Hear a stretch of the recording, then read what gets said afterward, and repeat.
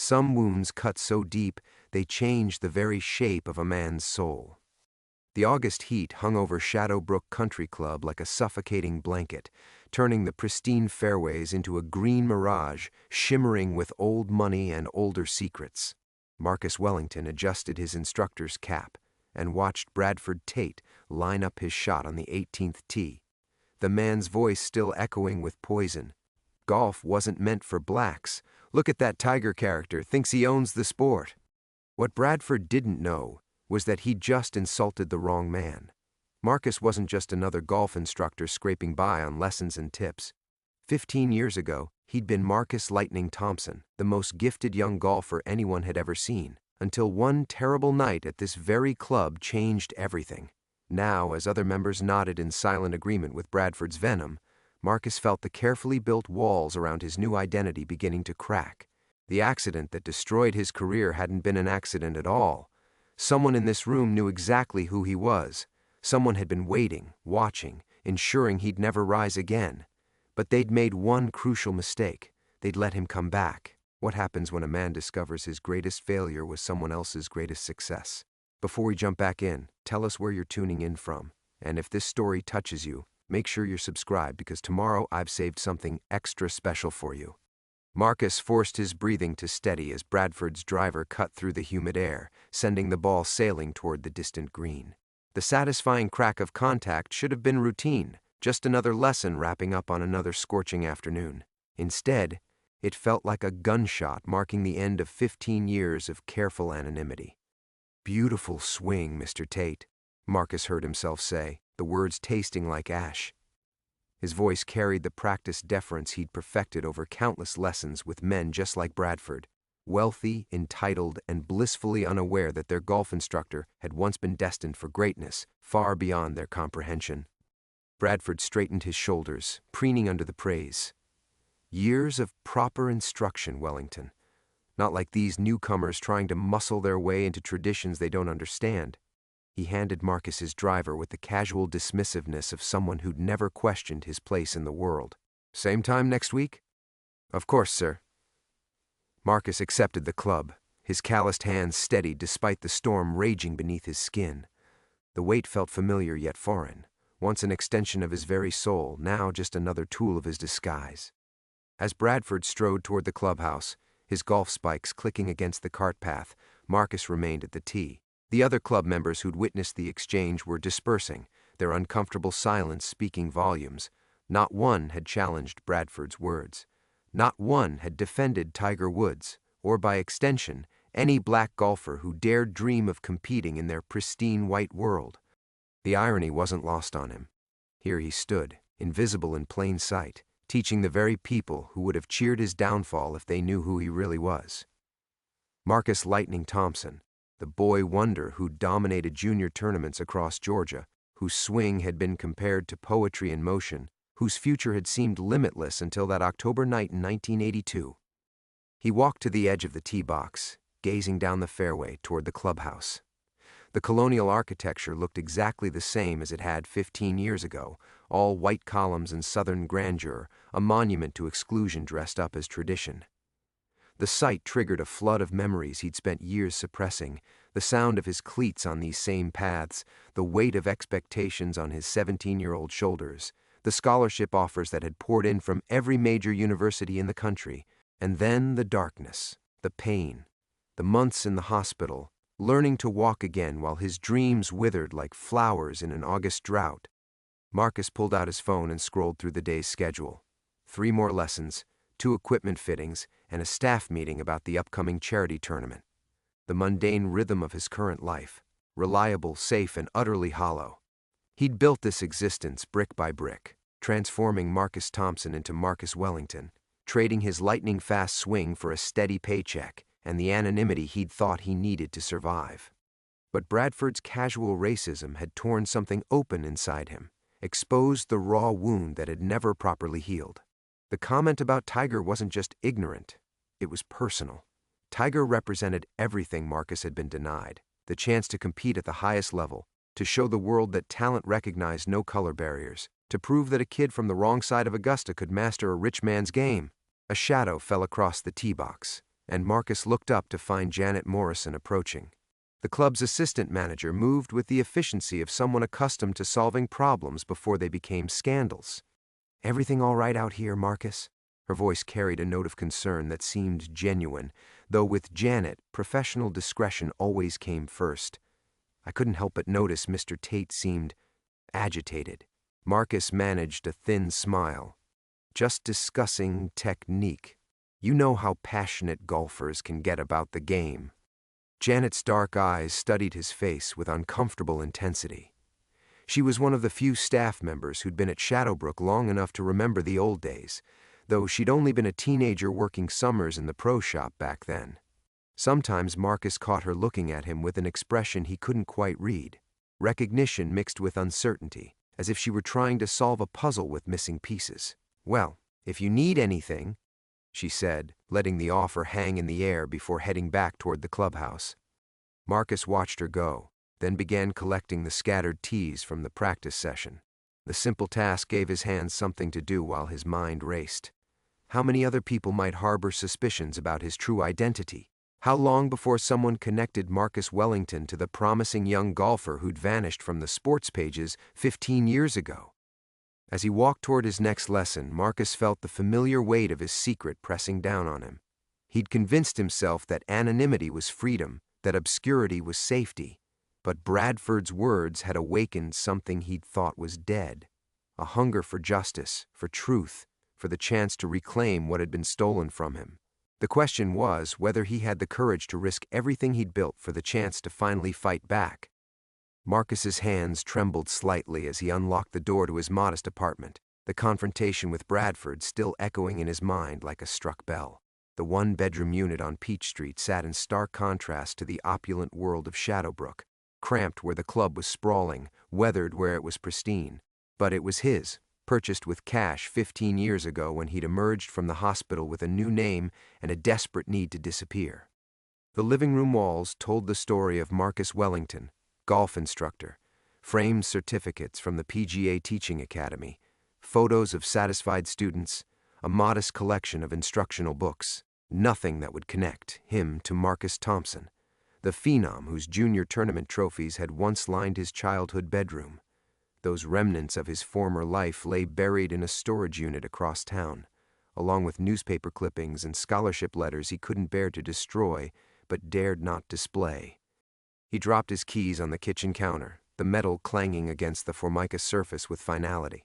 Through the window, he could see Mrs. Chen tending her tomato garden in the yard next door. She'd wave if she spotted him, perhaps offer another jar of her homemade preserves. It was the kind of simple human interaction that had anchored him during the darkest years of his recovery. No expectations, no questions about his past, just neighborly kindness. The refrigerator hummed as he pulled out a beer, the domestic routine automatic after years of practice. Dinner would be takeout from Chen's Garden, Mrs. Chen's daughter's restaurant, followed by tournament footage on the Golf Channel, the same pattern he'd followed for years, safe and predictable. But tonight, the thought of that familiar rhythm felt suffocating. His phone buzzed with a text from David Reynolds, his only real friend among Shadowbrook's staff. "Heard there was drama at the tee today. You okay?" Marcus stared at the message, thumb hovering over the keyboard. David was a good man, the club's head groundskeeper who'd started the same week Marcus had been hired. They'd bonded over their shared status as outsiders in the club's hierarchy. David because of his blue-collar background, Marcus because of carefully manufactured reasons that had nothing to do with the truth. Just the usual member tensions, he typed back. "Nothing I can't handle." But as he hit send, Marcus wondered if that was still true. For 15 years, he'd handled everything by staying invisible, by swallowing his pride and cashing his paychecks. The strategy had worked because he'd believed he had no choice.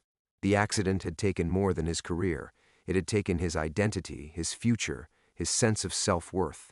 Starting over as Marcus Wellington had seemed like survival, not surrender. Now, with Tiger Woods dominating headlines and Bradford's venom still burning in his ears, the walls of his carefully constructed life felt paper-thin. He moved to the bathroom, studying his reflection in the medicine cabinet mirror. 15 years had added gray to his temples and lines around his eyes, but the hands that gripped the sink were still strong, still capable. Sometimes, late at night, he'd find himself practicing his old grip in the darkness, muscle memory intact despite the years of disuse. The scar along his left ribs, hidden beneath his polo shirt, served as a constant reminder of that October night. The official story, the one buried in police reports and hospital records, called it a single car accident. Young black golfer, probably drinking, lost control on a dark country road. Case closed, promising career ended. Everyone moved on. Everyone except Marcus, who remembered fragments of that night that didn't align with the official narrative. The sound of another engine, headlights that had followed him from the club, the impact that had felt deliberate, calculated. But who would believe a broken teenager over the respected members of Augusta's most exclusive country club? His phone rang, the landline he maintained for official business. The caller ID showed Shadowbrook's main number. "Marcus, it's Janet." Her voice carried a tension that hadn't been there during their earlier encounter. "I need you to come in early tomorrow. Mr. Whitfield wants to see you." Charles Whitfield, the club president. A man Marcus had met exactly twice in 5 years, both times during mandatory staff meetings, the kind of old-money patriarch who treated the help like furniture until they gave him reason to do otherwise. "Any idea what it's about?" Marcus asked, though dread was already settling in his stomach. "The Bradford situation. Apparently, some members are concerned about the atmosphere during lessons." Janet's diplomatic phrasing couldn't mask the underlying message. Someone had complained, and Marcus was being called to account. After hanging up, he stood in his kitchen as evening shadows lengthened across the linoleum floor. Tomorrow would bring consequences he'd spent 15 years trying to avoid.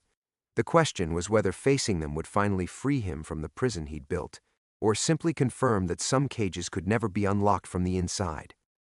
The morning arrived gray and oppressive, thunderclouds gathering on the horizon like an omen. Marcus had barely slept, spending most of the night staring at the ceiling and rehearsing explanations he knew would sound hollow in Charles Whitfield's oak-paneled office. By 6 a.m., he'd given up on rest entirely, brewing coffee with hands that refused to stay steady. He arrived at Shadowbrook 30 minutes early, hoping to gather himself before the inevitable confrontation. The parking lot was nearly empty, just the groundskeeping trucks and Janet's silver sedan.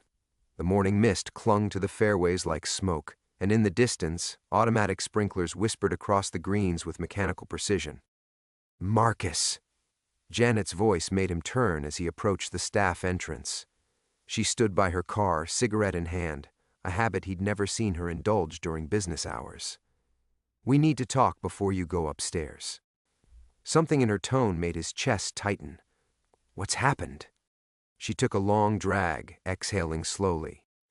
"Bradford Tate called Mr. Whitfield at home last night, claims you were insubordinate and threatening during yesterday's lesson." Her fingers made air quotes around the words, disgust evident in her voice. "Says he doesn't feel safe having you as an instructor." The accusation hit Marcus like a physical blow. 15 years of perfect behavior, of swallowing every insult and biting back every response. And now Bradford was rewriting history to make himself the victim. "Janet, you know that's not—" "I know exactly what kind of man Bradford Tate is," she interrupted, dropping her cigarette and crushing it under her heel. "But Marcus, there's something else, something I should have told you years ago." The morning air suddenly felt thinner. "What are you talking about?" Janet glanced around the empty parking lot, then motioned for him to follow her toward a cluster of oak trees near the maintenance building. Once they were out of sight of the clubhouse windows, she turned to face him with an expression he'd never seen before, vulnerability mixed with determination. "I know who you are," she said quietly. "I've known since the day you walked in here looking for work. Marcus Thompson. Lightning Thompson. The kid who was supposed to change everything." The world tilted. Marcus felt his carefully constructed identity cracking like ice under pressure. "I don't know what you're—" "The scar on your left side. You wince sometimes when you demonstrate a full swing. And your natural grip. I've watched you correct it to the textbook version you teach, but when you think no one's looking, you hold the club exactly like you did at 17. Janet's voice carried 15 years of suppressed knowledge. "I was Janet Morrison back then, too, working summers in the pro shop. I watched every one of your practice rounds that summer before Before the accident, Marcus leaned against the oak tree, the bark rough against his back. The secret he'd guarded so fiercely had been an open book to someone who'd spent years quietly protecting it. "Why didn't you ever say anything?" "Because I figured if Marcus Thompson wanted to be Marcus Wellington, he had his reasons." Janet's eyes held a sadness that spoke to deeper understanding. "But things are different now. Bradford's not just complaining about yesterday. He's asking questions about your background, your references, why there's so little documentation of your career before Shadowbrook." The implications crashed over Marcus like a cold wave. If Bradford started digging, how long before someone connected the dots? How long before his carefully buried past came roaring back to destroy not just his job, but potentially his freedom? "There's more," Janet continued, her voice dropping even lower. "I've been hearing rumors. Whispers about the night you disappeared. Some people think your accident wasn't an accident at all." The words Marcus had spent 15 years not allowing himself to think hung in the morning air between them. The fragments of memory he'd dismissed as trauma-induced confusion suddenly felt solid, real, dangerous. Who's been talking? David Reynolds, for one. His father used to work security at the club back then, and there are others, maintenance staff, former employees, people who remember things that didn't add up. Janet checked her watch, anxiety creeping into her voice. "Look, Whitfield's expecting you in 20 minutes. You can go in there, take whatever punishment he hands out, and hope this blows over. Keep being Marcus Wellington." She paused, meeting his eyes directly. "Or you can decide you've been silent long enough, that some things are worth fighting for, even if it means risking everything." As if summoned by her words, the morning sun broke through the clouds, casting long shadows across the pristine grounds of Shadowbrook Country Club. Marcus stood at the crossroads of two paths, the safe anonymity he'd known for 15 years, or the terrifying possibility of reclaiming his truth. The choice would define not just his future, but finally determine whether Marcus Thompson had truly died that October night, or simply been waiting for the right moment to rise again. Marcus stared at Janet, her words echoing in his mind like a death knell. The morning air felt suddenly thin, each breath a conscious effort as the weight of 15 years of careful deception pressed down on him. The oak tree's rough bark against his back seemed to anchor him to reality, even as that reality shifted beneath his feet like quicksand. "You don't understand what you're asking me to do," he said, his voice barely above a whisper.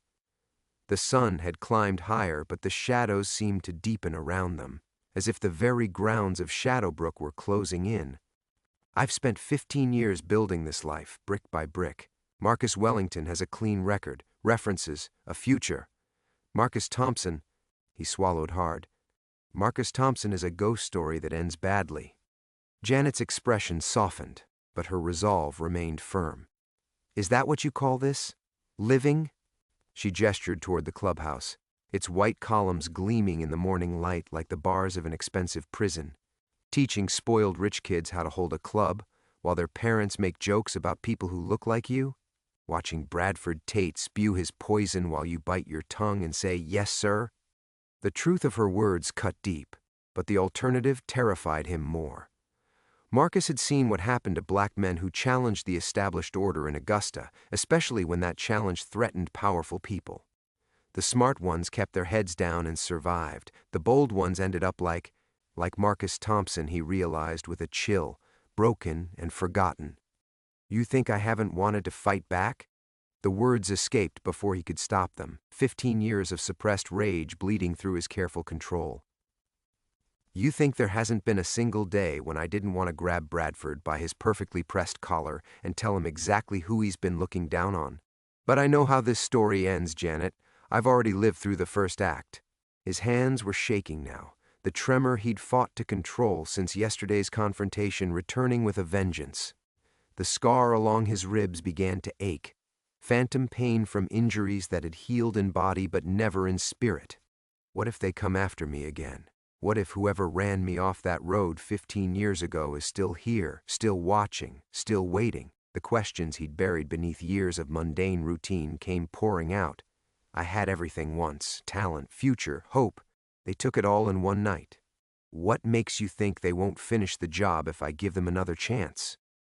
Janet stepped closer, her voice urgent. Because you're not 17 anymore, Marcus. You're not alone. Tiger Woods proved something just by existing on that course at Augusta National, that the old walls can be broken down, but only if people are willing to push. And look what Tiger had to endure to get there, Marcus countered, desperation creeping into his voice. The death threats, the racist taunts, the constant scrutiny. He had sponsors, security, the whole golf establishment protecting their investment. What do I have? A fake identity and a teaching job that pays barely enough to cover rent. The sound of car doors slamming in the parking lot made them both turn. Early arrivals, club members coming for breakfast or morning rounds. The normal rhythm of Shadowbrook was beginning, and soon the protective cocoon of pre-dawn quiet would shatter into the day's dangerous exposure. Whitfield's waiting, Janet said, checking her watch again.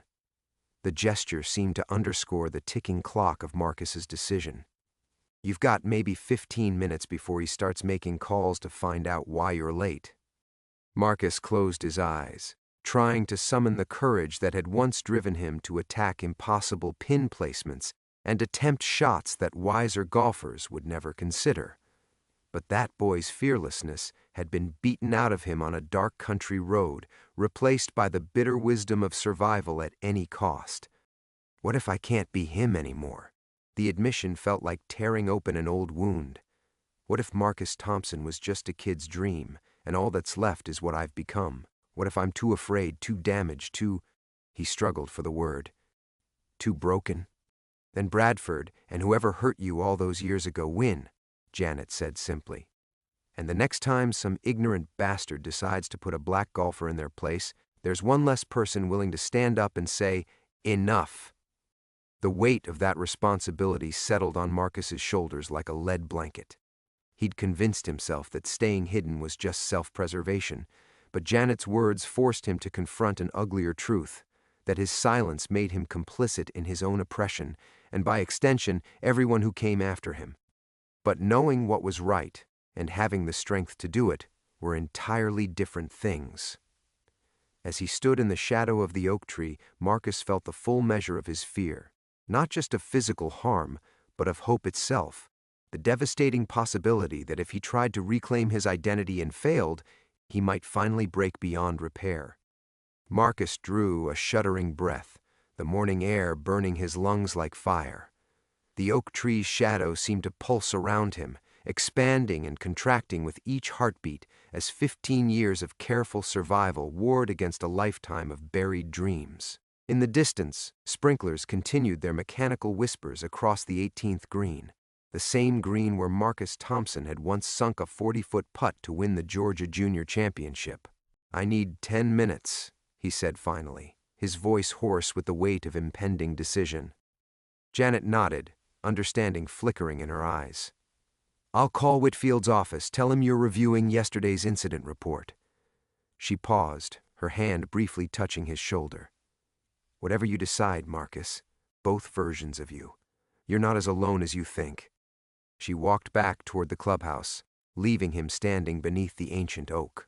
Marcus pulled out his phone with trembling fingers and scrolled to a contact he hadn't called in 3 years, Dr. Sarah Chen, a trauma counselor who'd helped him through the darkest period of his recovery. She'd been the only person who knew fragments of his real story, the only one who'd understood why Marcus Thompson had to disappear. The phone rang twice before her familiar voice answered. Marcus, is everything okay? I need to tell you something, he said, surprised by the steadiness in his own voice, about who I really am, about what really happened that night. For the next 8 minutes, standing in the shadow of Shadowbrook's oldest tree, Marcus spoke truths he'd never said aloud. He told Dr. Chen about the racist comments, about Janet's revelation, about the choice now grinding him between its teeth like a trap. Most importantly, he told her about the fear, not just of physical retaliation, but of hope itself. Marcus, she said when he finished, do you remember what you told me during our last session? About the difference between surviving and living? He closed his eyes, the memory surfacing like debris from a wreck.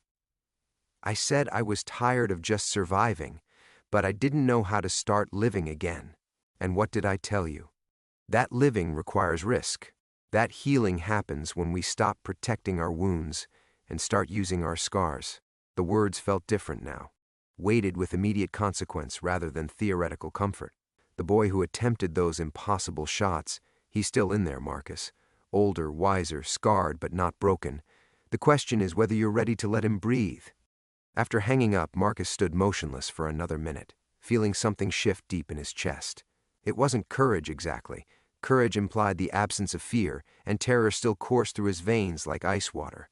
But beneath the fear, something else stirred, something that felt like lightning. He began walking toward the clubhouse, each step carrying him further from the safety of Marcus Wellington and closer to a truth that could destroy everything. The morning sun climbed higher, burning away the protective mist, and members were arriving in greater numbers. Bradford's silver Mercedes wasn't among them yet, but Marcus knew it would be soon. Inside the staff entrance, he paused at the bulletin board where employee notices hung in neat rows. His own hiring announcement from 5 years ago stared back at him. Marcus Wellington, certified PGA instructor, excellent references, excited to join the Shadowbrook family. The lies felt like acid in his throat. Janet appeared beside him, coffee in hand, and worry etched across her face. Whitfield's getting impatient. I know. Marcus reached into his wallet and pulled out a small, laminated newspaper clipping he'd carried for 15 years, but never looked at. The photo showed a 17-year-old black golfer mid-swing, the caption reading, "Lightning Thompson strikes again at Augusta Junior Classic." The boy in the picture radiated confidence and joy, emotions Marcus had almost forgotten he was capable of feeling. "Janet," he said, his voice gaining strength with each word, "when I walk into Whitfield's office, I want you to make some phone calls. Contact the Augusta Chronicle, ask for their sports archives. Tell them someone wants to discuss the Marcus Thompson case from 1982, the car accident that ended his career." Her eyes widened with understanding, and something that might have been pride. "And call David Reynolds. Tell him if his father really knows something about that night, now might be the time to talk." Marcus folded the newspaper clipping and slipped it into his shirt pocket, directly over his heart. The scar along his ribs throbbed once, sharply, then settled into something that felt less like pain and more like remembrance. The elevator to Whitfield's office waited at the end of the hallway, its polished doors reflecting a man caught between two identities. But as Marcus walked toward it, each step felt less like approaching execution and more like coming home. He was still terrified, still uncertain, still damaged by 15 years of careful hiding. But for the first time since that October night, Marcus Thompson was ready to swing for the pin. The elevator climbed with mechanical precision, each floor marking Marcus's ascent from the safety of anonymity toward an uncertain reckoning.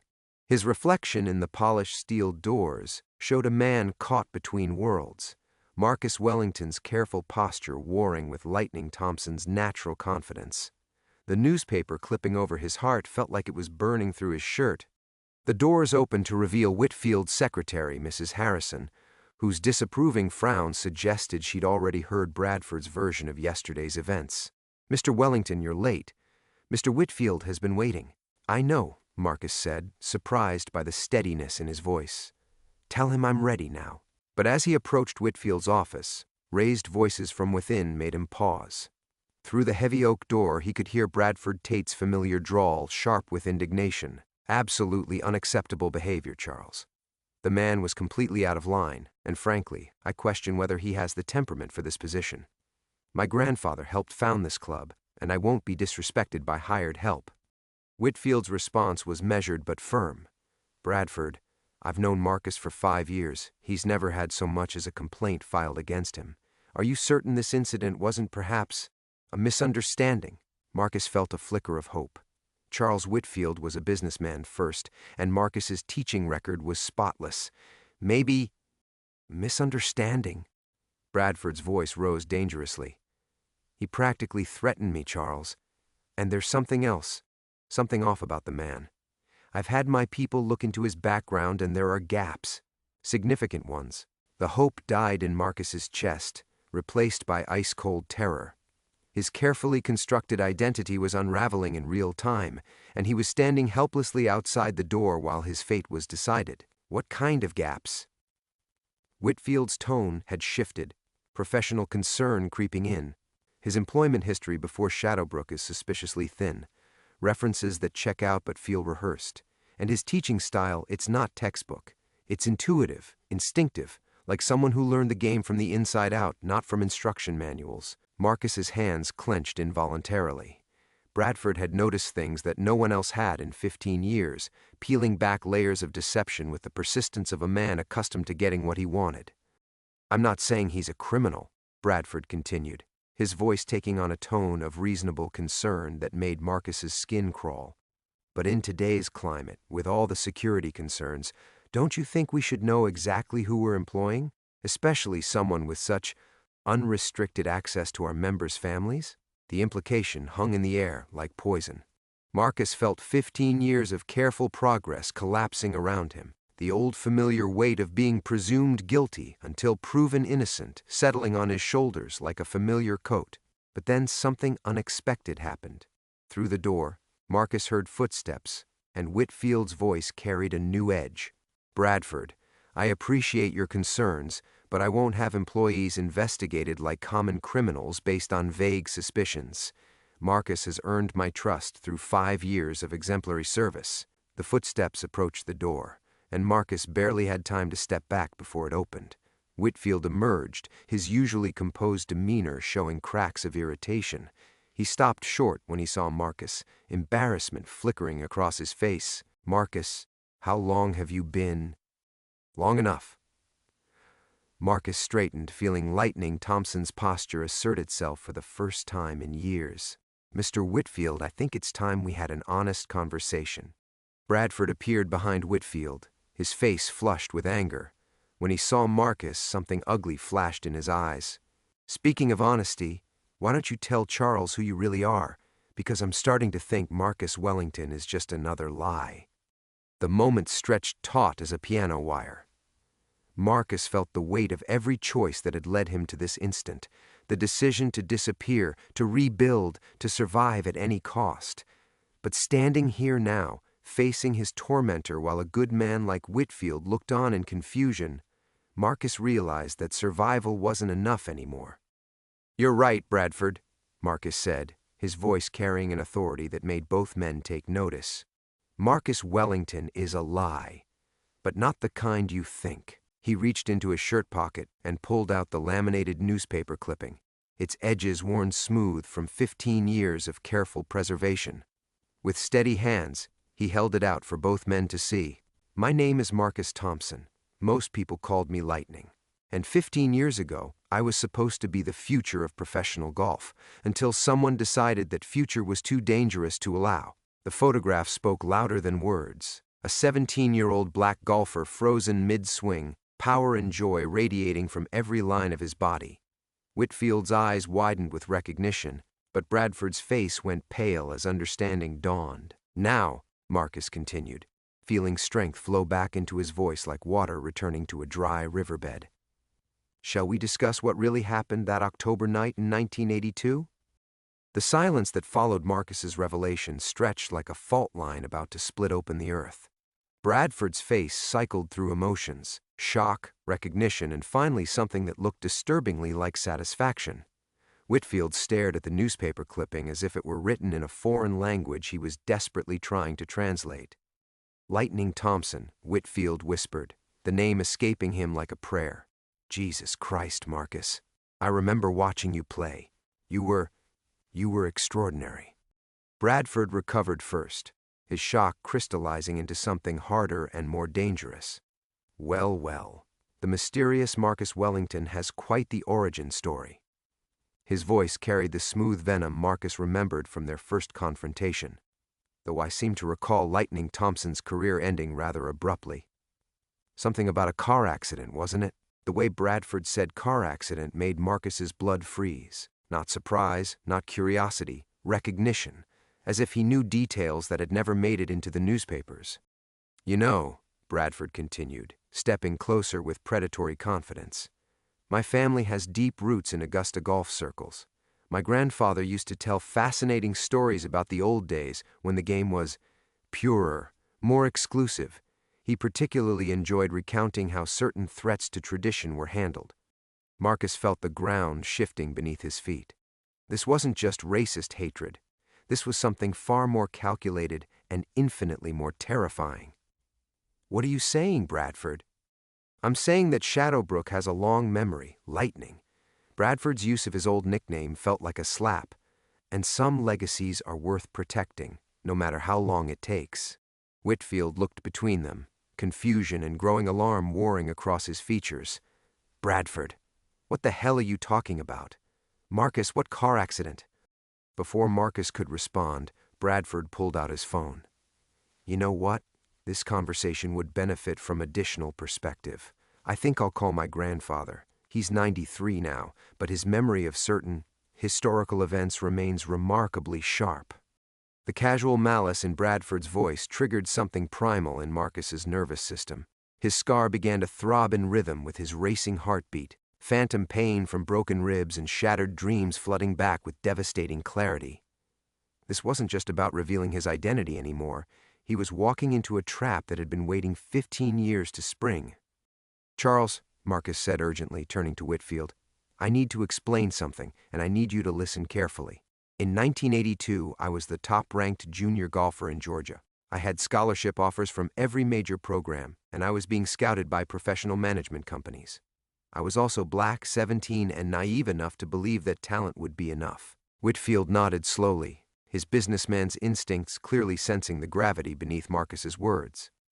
3 days before I was supposed to sign with Augusta State, someone ran me off Highway 78 at midnight.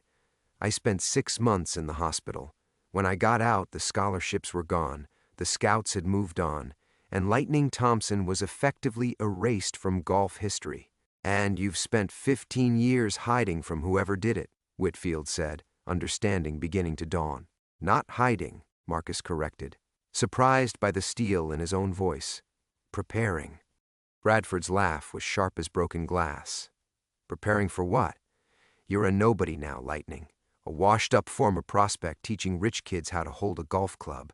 Whatever grand revenge fantasy you've been nurturing, I can assure you that the forces you're dealing with are far beyond your capacity to challenge." But as Bradford spoke, Marcus felt something shifting inside him. Not fear this time, but a cold, crystalline clarity he hadn't experienced since his junior tournament days.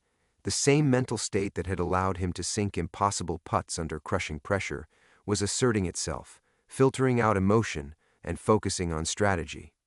"You're right about one thing, Bradford," Marcus said, his voice dropping to a conversational tone that somehow carried more menace than shouting. "I am dealing with forces beyond my capacity to challenge, alone." He pulled out his phone and showed them Janet's latest text, Chronicle sports editor on line 2, Reynolds' family lawyer en route. "Augusta PD detective wants to discuss cold case, but you see, I'm not alone anymore. And unlike 17-year-old Lightning Thompson, I'm no longer naive enough to face this unprepared." Bradford's confident smirk faltered slightly, uncertainty flickering in his eyes for the first time. Marcus stepped closer, feeling decades of suppressed power flowing back into his frame. "So here's what's going to happen. We're going to walk downstairs to the conference room, and we're going to wait for some very interested parties to arrive. Then we're all going to discuss what really happened that October night.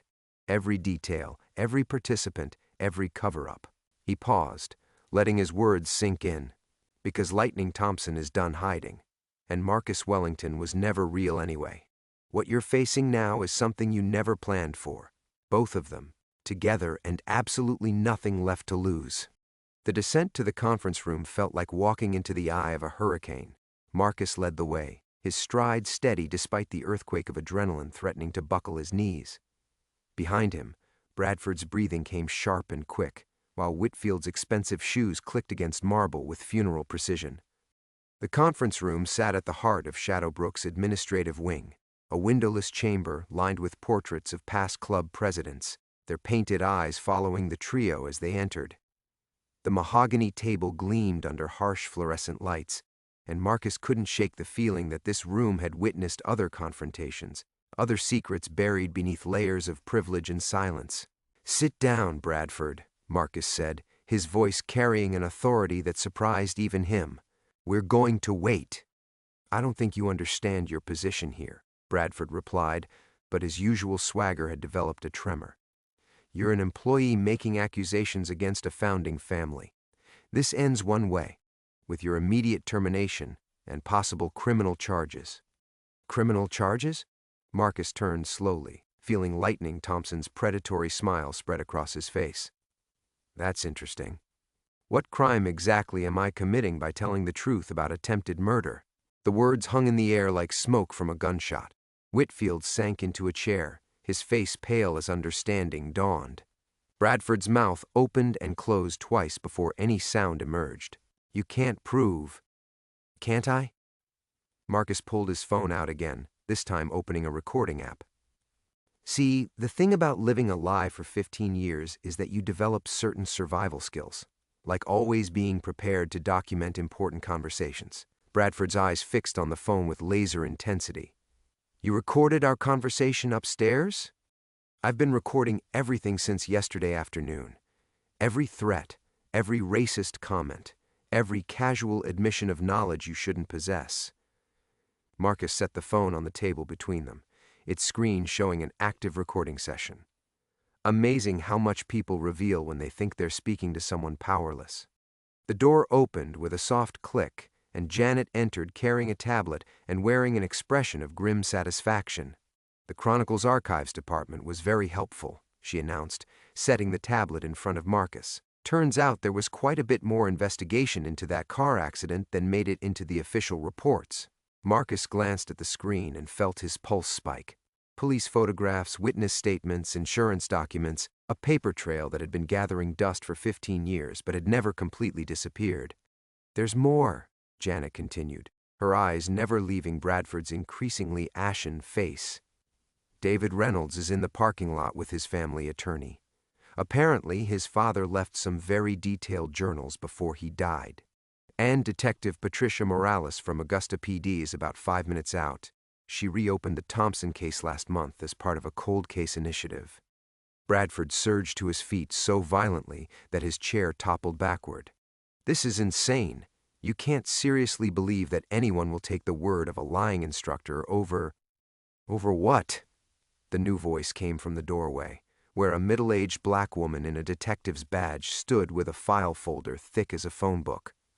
"Over physical evidence, witness testimony, financial records showing payments made to a mechanic who disappeared the day after Lightning Thompson's accident." Detective Morales stepped into the room with the controlled grace of someone accustomed to hostile environments. Her eyes swept the assembled group before settling on Marcus with something that might have been respect. "Mr. Thompson, I presume. We've been looking for you for quite some time." Marcus felt the last of his carefully constructed walls crumble. Not with the sharp pain he'd expected, but with something closer to relief. "Detective, I'm ready to make a statement." "Excellent, because we have several witnesses who've been waiting 17 years to tell their stories, including a mechanic in Macon who's been carrying around some interesting photographs of sabotaged brake lines." Bradford made a sound that was part gasp, part growl. His hand moved toward his jacket pocket, and Marcus tensed, but Bradford only pulled out his phone with shaking fingers. "I'm calling my lawyer," Bradford said, his voice reduced to a hoarse whisper. "Good idea," Detective Morales replied cheerfully. "Call mine too while you're at it. Save us all some time." As Bradford fumbled with his phone, Marcus looked around the room, at Janet's fierce smile, at Whitfield's stunned recognition, at the detective's patient professionalism. For the first time in 15 years, he wasn't facing his demons alone. But even as relief flooded through him, Marcus felt the weight of what was coming. The ordeal was only beginning. Years of legal battles lay ahead, testimony that would reopen wounds, publicity that would strip away the last of his privacy. The scared 17-year-old who'd awakened in that hospital bed was screaming warnings about the danger of hoping too much. Marcus silenced that voice with conscious effort. Lightning Thompson had spent enough years in hiding. It was time to see what justice looked like when you finally stopped running toward it. The first sign that Marcus's moment of triumph was an illusion came when Bradford's lawyer arrived not in 20 minutes, but in 2. Harrison Blackwell III stepped into the conference room like he owned it, which, Marcus realized with growing dread, he probably did. The man wore a $1,000 suit like armor and carried himself with the casual arrogance of someone who had never lost a case that mattered. Behind him walked 2 younger associates and, impossibly, a judge still wearing his robes. "Detective Morales," Blackwell said pleasantly, his voice carrying the authority of generations of legal victories. "I'm afraid there's been a significant development in your investigation." He placed a manila envelope on the table with ceremony. "Judge Harrison has signed an emergency injunction suspending any further questioning of my client, pending a full review of the evidence chain. It seems there are some serious questions about how certain materials were obtained." Detective Morales frowned, reaching for the envelope. As she scanned the documents, Marcus watched her expression shift from confidence to confusion to barely suppressed rage.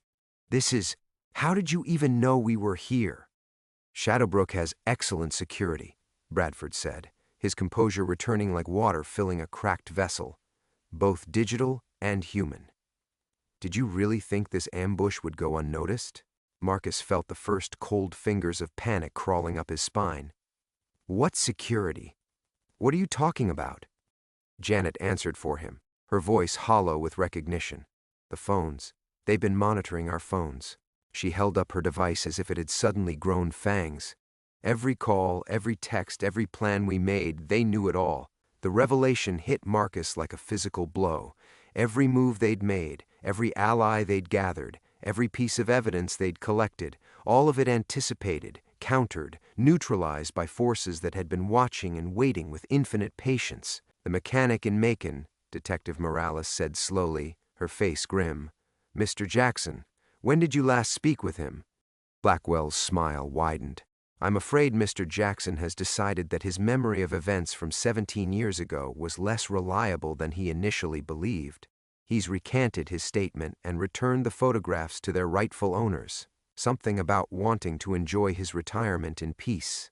The words struck Marcus like hammer blows. His star witness, his smoking gun, his proof, all evaporating in real time. But worse was coming. He could see it in the satisfied gleam in Bradford's eyes. "There's more," Blackwell continued, pulling out a thick legal document. "It seems Mr. Thompson, has been living under false pretenses for 15 years. Social Security fraud, tax evasion, identity theft. Rather serious federal crimes, I'm afraid." Marcus watched his freedom crumble with each word. The very survival instincts that had kept him alive were now being weaponized against him. Every fake document, every false reference, every carefully constructed lie, all transformed from shields into shackles.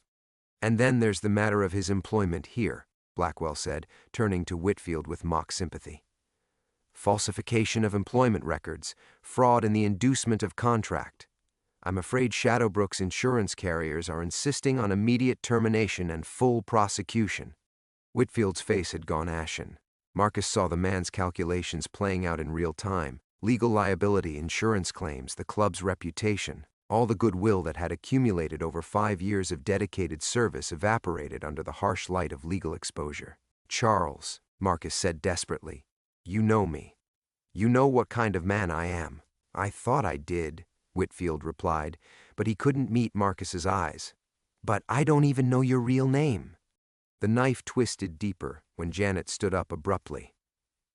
"I'm sorry, Marcus. The Chronicle can't afford to be associated with this level of legal uncertainty. My editor is pulling the story pending a full legal review." One by one, his allies were being stripped away with surgical precision. Detective Morales was constrained by the injunction. Janet was silenced by legal threats. Whitfield was paralyzed by liability concerns. Marcus found himself alone in a room full of people, isolated as completely as if he were back in that hospital bed 15 years ago. But the final blow came when Bradford leaned forward with predatory satisfaction. "Oh, and Marcus?